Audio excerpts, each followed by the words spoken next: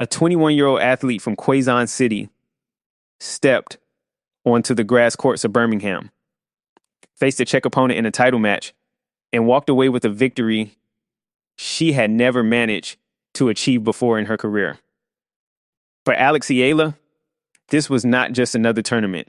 It marked the breaking of a streak that had followed her across the WTA Tour, and it set off a chain of events that would carry her through one of the most demanding stretches of her season. What followed included a new trophy, a punishing run through a tough draw, and a high-profile wildcard into one of the deepest fields in the build-up to Wimbledon.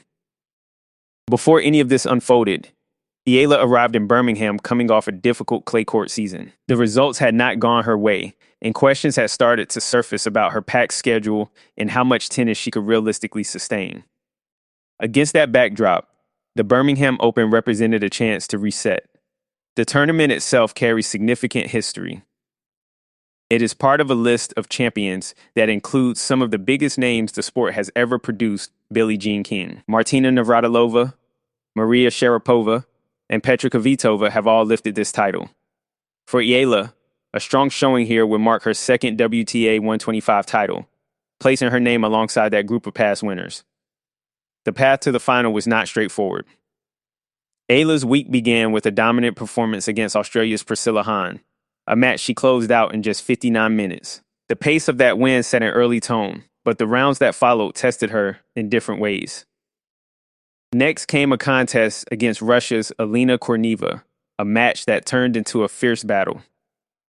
Eala had to fight through a comeback from her opponent before securing the win and advancing further into the draw. The quarterfinal brought a more controlled performance, with Eala recording a convincing win over Thailand's Manaka Seni. That victory moved her into the semifinals, where she faced Switzerland's Rebecca Masarova in a match that became one of the defining moments of her week. The semifinal was disrupted by multiple rain delays, stretching the contest and forcing both players to restart their rhythm repeatedly. Eala dropped the second set during the match, putting her in a position where elimination was a real possibility. Instead of folding under that pressure, she regrouped and won the deciding set, securing her place in the final. That sequence, losing a set, dealing with weather interruptions, and still finding a way through, became the clearest example of the resilience that defined her run through the tournament. Waiting for her in the final was Nikola Bartonkova of the Czech Republic. This matchup carried extra weight because of Eala's record against Czech players up to that point. She had never beaten a Czech opponent on the WTA Tour. The final, played on Sunday, June 7th, gave her the chance to change that history in the biggest match of her week. The contest went the full distance, with Eala winning 5-7, 6-3, 7-5. The opening set went to Bartonkova, but Eala responded by taking the second set and then closing out the match in a deciding third set that finished 7-5 in her favor. The result meant two things at once. It gave Eala her second WTA 125 title, and it ended her winless run against Czech opponents on tour. At the moment the match concluded, Eala dropped to her knees on the grass, visibly emotional, with tears on her face as she covered it with her hands. Around the stadium, Filipino flags were visible among the crowd as fans celebrated the win. Speaking after the match, Eala reflected on what the trophy represented within the larger arc of her career. "I'm so honored to be lifting this trophy today. But lifting this trophy does not mean that I'll be among the greats yet," she said. The win in Birmingham was framed by her as part of an ongoing process rather than an endpoint, a marker along a longer path she is still building. There was little time to rest after Birmingham. Eala's schedule moved her directly into the HB Championships at Queen's Club, a WTA 500 event in England. Her run there ended in the round of 16, where she faced American rising star Iva Jovic, a player she is also close friends with off the court. The match did not go Eala's way. She lost 2-6, 2-6, a clear scoreline that ended her run at that stage of the tournament. This result is worth stating plainly. Not every match in this stretch ended in victory.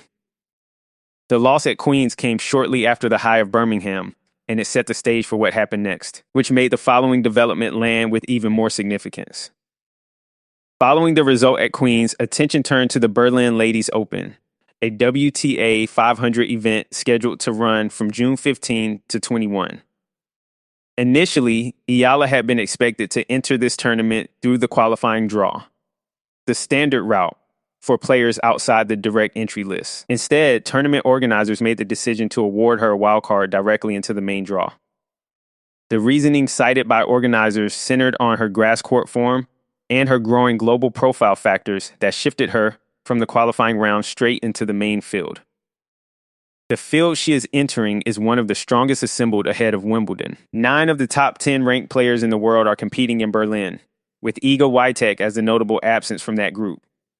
Among the players in the draw are Aryna Sabalenka, Elena Rybakina, Mira Andreeva, and Coco Gauff, a lineup that places Eala directly among some of the most dominant names currently on the WTA Tour. Alongside Eala's wildcard, local player Eva Lies also received direct entry into the main draw, adding to the depth of the entry list.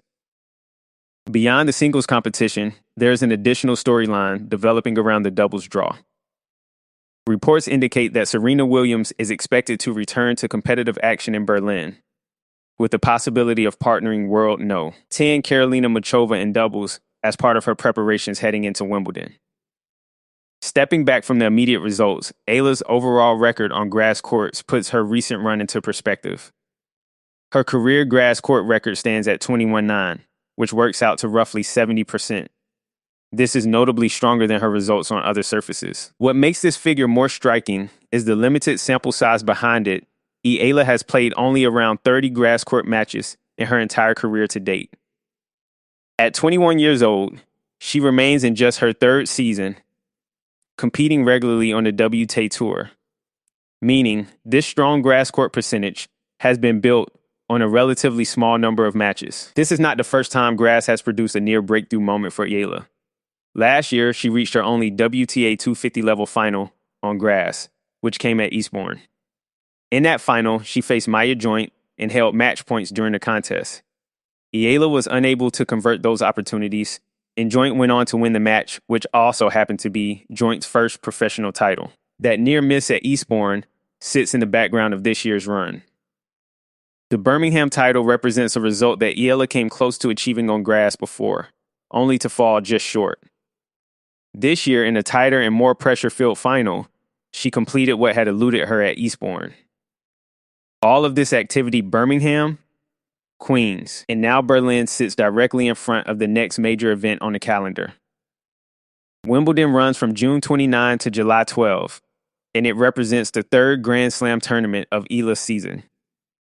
The tournament arrives as the natural conclusion to this entire grass court stretch. Everything that has happened over these few weeks, the title in Birmingham, the loss at Queens, the unexpected wildcard into a stacked Berlin field, now leads into the question of how it translates onto the lawns of the All-England club. The Berlin field alone, with 9 of the world's top 10 players, will function as a serious test of where Eala's game stands heading into a Grand Slam draw.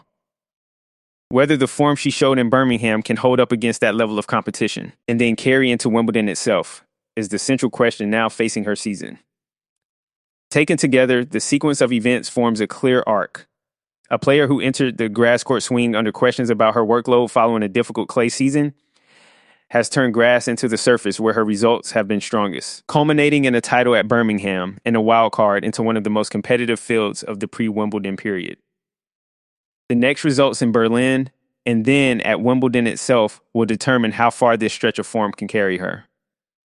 If you have thoughts on how Eala might perform against the Berlin field or what to expect from her at Wimbledon, share your predictions in the comments and subscribe for continued coverage as her season progresses.